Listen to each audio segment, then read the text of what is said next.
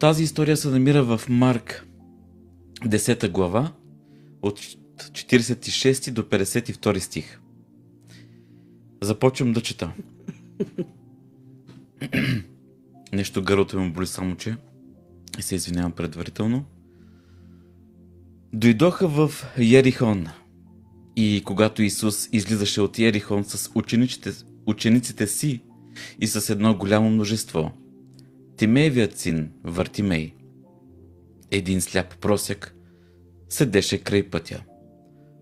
И като чу, че бил Исус Назарянинът, започна да вика: Исусе, сине Давидов, смили се над мен. И мнозина го мъмреха, за да млъкне. Но той още повече викаше: Сине Давидов, смили се над мен. И така, Исус се спря и каза: Повикайте го. Повикаха слепеца и му казаха: Дерзай, стани, викате. И той си хвърли дрехата, скочи и дойде при Исус. Исус заговори и му каза: Какво искаш да направя за тебе? Слепецът му каза: Учителю, да прогледна. И Исус му каза: Иди си, твоята вяра те изцели. И той веднага прогледна и тръгна след него по пътя. Амин. Страхотна история. Да чуем брат Методи какво има да каже. Бог какво има да каже чрез него. И първото впечатление, което трябва да направя в тази история тук, е, че Вартимей дори да ни виждаше, чуваше. Имаше възможност отново и отново да обърне себе си към Исус. Така че няма оправдание от нашите проблеми, ситуации. В каквато ситуация да се намираш. Първото нещо, трябва да се погледне човек, е, че винаги и всякога можеш да стигнеш до Исус. Той е винаги на твое разположение, може да извикаш към Него. Не е късно никога. Първото, което може да погледнем, най-елементарните неща, е, че всеки път, всеки миг в твоя живот може да се обърнеш към Исус. Дори в най-трудната и тежка ситуация в живота ти, в каквато и да се намираш. Може би в момента нямаш възможност да дишаш от проблемите си. Не е нужно да чуваш Исус дали минава. Исус е до тебе вече. Най-близката част, която може да съзрем в тази история.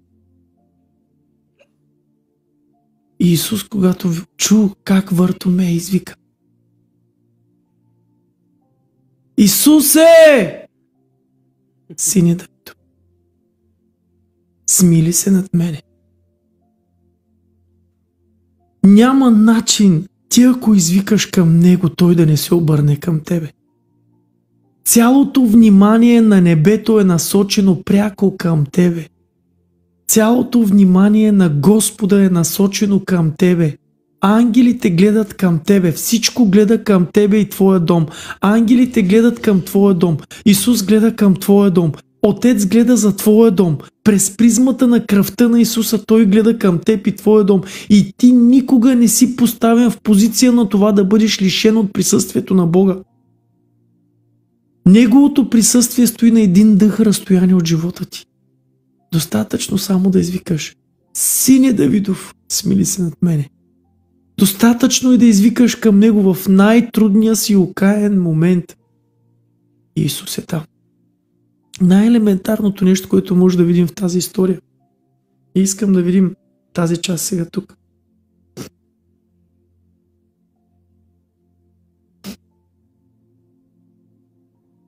Когато чу, че Исус Назарянинът започна да вика, казваше, че минава Исус Назарянина: Исусе, сине Давидов, смили се над мене. Питам те сега, всеки, който е тук в този лайф, дори при добър, от страната на добри, ти чул ли си, че Исус е тук? Чул ли си вече за Исуса? Чул ли си, че Исус минава? Чул ли, че Исус е някъде? Чул ли, че някъде Исус обитава? Защо не викаш към Него? По-лесно на нас е да се оплакваме от нашите нужди, отколкото да викаме на Него. По-лесно за нас е да се оправдаваме в нашите нужди, неспособности и невъзможности, отколкото да викаме към Него. Следващото. 48 стих. И мнозина го мъмриха да млъкне, но той повече викаше: Сине Давидов, смили се над мене. Много хора днес могат да застанат срещу тебе за онова, което ти искаш от Господа. Много хора могат да застанат и да ти кажат: тихо бе, не дей бе, какво правиш бе? Абе не ти мяза бе, ти пък си много духовен, не искам да ви слушам, Исус искам! На хора ли да угаждам или на Бога да угаждам? Ако угаждах на хора, казва апостол Павел в Галатяни 1 глава, щях да съм слуга на хора. Угаждай на Господа. Библията в 11.6 казва: а само чрез вяра може да угаждаш на Господа. Днеска много хора могат да застанат пред тебе и да ти кажат: не дей бе, какво правиш бе, не дей вика бе, ти пък големия християнин стана, ти големия вярващ стана, много молитви правите всяка вечер, вие пък сега толкова много са молите. Те не гледат даже и молитвите, ами климатика на хората гледат. Те не гледат плодът. Забележете, хората не искат да гледат плода. Хората не се интересуват от плода и от това, което правиш за Господа. Те търсят грешката в тебе. И ако ти прекалено много стоиш пред Бога и викаш към Бога, проблемен си. Следващото. И мнозина, казва, го мумриха да млъкне, но той повече викаше. И тук виждаме вяра днес.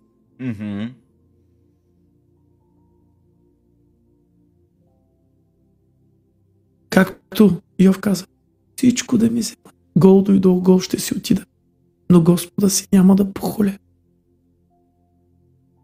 Застани пред Господа днес и се предай. Тези, които нямате звук, излезте и влезте и ще се оправи звука. И така Исус се спря и каза: повикайте. Чуйте, в момента, в който ти извикаш към Господа, Бог ще се обърне към теб. Повикаха слепия и му казаха: дерзай, стани, викате. И той хвърли дрехата си. Какво? Той хвърли дрехата си, изскочи и отиде при Исус. Чакай бе, защо тук е спомената дрехата? Нашата правда е като една омърсена дреха, стара, дрипа. Той хвърли всичко онова, което го държеше. Той остави. Ти не може да дойдеш пред Господа с твоите стари неща. Ти не може да дойдеш с нещата, които ти искаш с тях да си ходиш. Не може да ходиш с нещата, които ти искаш с Господа. Ама Господи, аз съм така свикнал. Ама Господи, не. За да дойдеш пред Бога. Тук Библията казва много ясно: дойдете такива, каквито сте в Матей, нали, отрудени, обредени. Тук не говоря за нещата, които държат старият ти живот, старият ти начин на живот, тази дреха, твоята праведност, твоите усилия за живот, това, което си правил досега. Остави го назад и тръгни пред Господа, защото Той има за тебе бъдеще и надежда, както казва в Еремия. Аз знам мислите, които имам за вас. Те не са мисли за зло, а за мир, за да ви дам бъдеще и надежда. И продължаваме. И Исус му каза: какво искаш да ти направя? Слепият му каза: Равуни, да прогледна. И сега нека го обърнем в позиция на друго, в духа за нас. Искаш ли да прогледнеш духовно тази вечер? Искаш ли да прогледнеш духовно тази вечер? Искаш ли тази вечер Святия Дух да отвори очите на сърцето ти? Искаш ли тази вечер Той да отвори очите на сърцето ти, за да видиш истината в Исус? Амин. О, Господи, това е слово, което носи пророческо ароматно помазание. Помажи очите на сърцето ни да прогледнем славата Ти. Айде през новата година нека бъде това благословение за всеки един от нас. Амин. До края на годината. Амин. Мнозина да си отворят, да отвори Святия Дух, духовните очи на сърцето им. Затова ние не ходим с виждане, а с вярване. Вярата вижда Исус.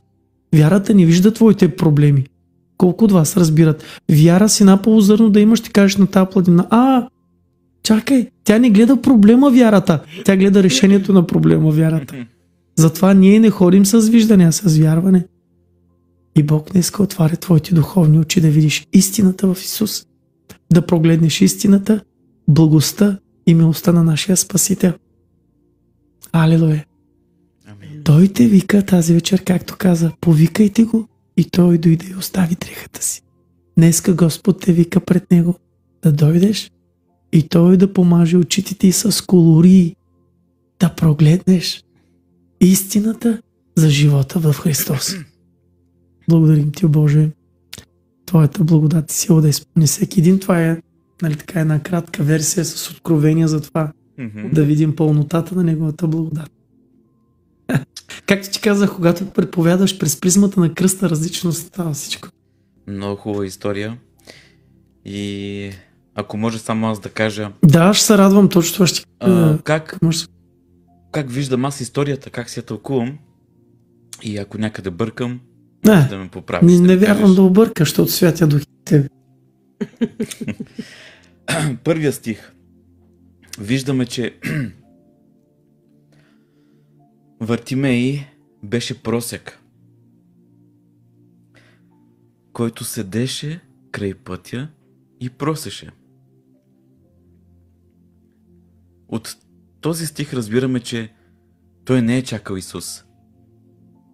От този стих разбираме, че той просто си седял там и той е просил. Не си е направил планове предварително, сега тук ще седна и ще чакам Исус. Не знаем, тук не се казва дали той преди това е знаел кой е Исус, но виждаме, че когато той чу, че Исус минава оттам, той не се замисли. Той не се замисли и веднага стана и извика към Исус. Това е един пример за вяра. Бих казал дори детска вяра. Той чу, че Исус минава и веднага стана и извика. Нека да прочетем стиха, 47 стих. И като чу, че бил Исус Назарянинът, започна да вика: Исусе, сине Давидов, смили се над мен. И 48 стих казва: и мнозина го мъмреха, за да млъкне. Какво стана с брата? Нещо му се разпадна връзката.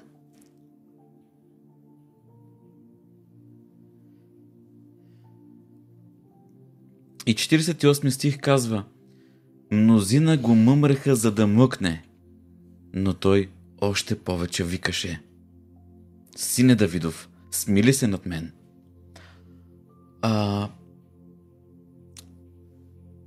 Нещо става с него, не знам.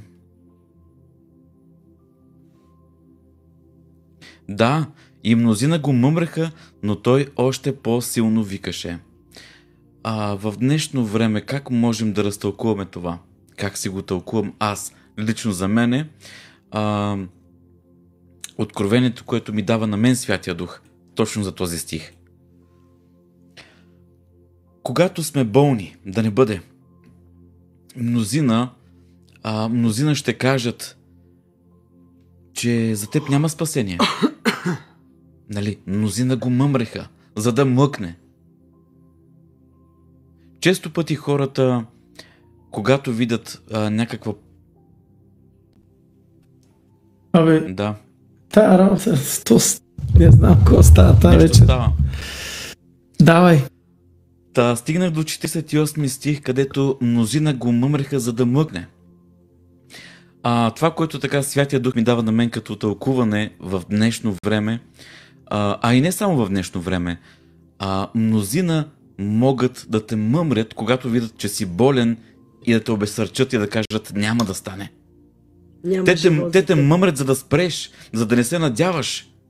Няма спасение за този човек. Те го мъмрят, те го спират. Но Вартимей не слушаше хората, но викаше още повече към Исус. Той приложи вяра. Това тълкуване получавам аз. Наистина, а когато хората видят някаква по-сериозна болест, те се отказват. Те се отказват. И са разочаровани, и са обезнадежни, и започват да роптаят. Но това е грешка. Когато сме в това състояние, на нас тогава вярата трябва да ни стане по-силна. На нас вярата тогава трябва да ни бъде неограничена. Защото в много случаи ние ограничаваме вярата си. Поставяме си до едно положение, колко да вярваме в Бога и докъде може да стигнем, и не излизаме от тая рамка, в която сме поставили вярата ни. Но това е грешка. Ако искаме да ни бъде изцерението, ние трябва да избухнеме. Трябва да надскочиме тая рамка, в която сме поставили нашата вяра. Тя трябва да бъде безкрайна към Бога. Може би в 48 стих мнозина го мъмреха, за да мъкне. Може би сред тези мнозина е имало хора, които също са гледали по такъв начин на него, защото той е бил сляп по рождение, така се е родил. И може би затова и мнозина са го мъмрали, нали? Ние не знаеме, предполагаме. Но въпреки това, той не се спря. И продължи да вика към Исус. И то с вяра. Но без никаква мяра. Тук виждаме, че когато той извика, хората го спират, хората го мъмрят, но той не ги послуша, не се подаде. И когато извика по-настоятелно, тогава Исус се спря. Тогава Исус се спря. Защо? Исус със сигурност е знал, че този човек има нужда от изцеление. Исус със сигурност е знал какво ще се случи. Но той иска ние да извикаме към Него. Той знае нашата нужда, но той иска ние да извикаме към Него. Но често пъти ние викаме, ама е така тихичко, викаме към Исус. Той не се обажда. Със страх. Той не се обажда и ние си крутуваме. Добре, Господи. Обаче тук се казва, че той 2-3 пъти настоятелно извика към Исус. Което от това разбираме, че ние трябва да бъдем настоятелни, да викаме към Исус, докато не получим отговор. Мнозина се молят 1, 2, 3, 5 пъти за нещо и когато Бог не го даде, те се отказват. Не трябва да се отказваме, но да бъдем като Вартимей. И виждаме,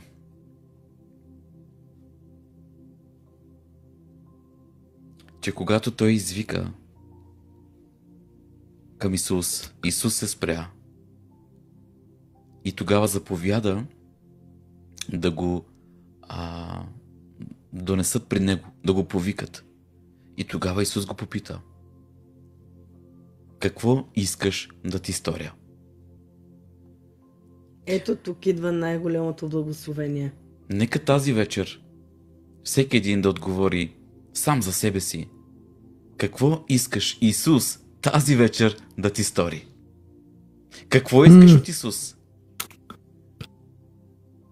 Какво искаш от Исус? Какво искаме да направи за нас и в нашия живот? Как искаме да получиме благословението си от Господа? Как искаме Исус да работи в живота ни? Как искаме да усещаме Неговото присъствие в нас? Това е много важен въпрос за всеки един.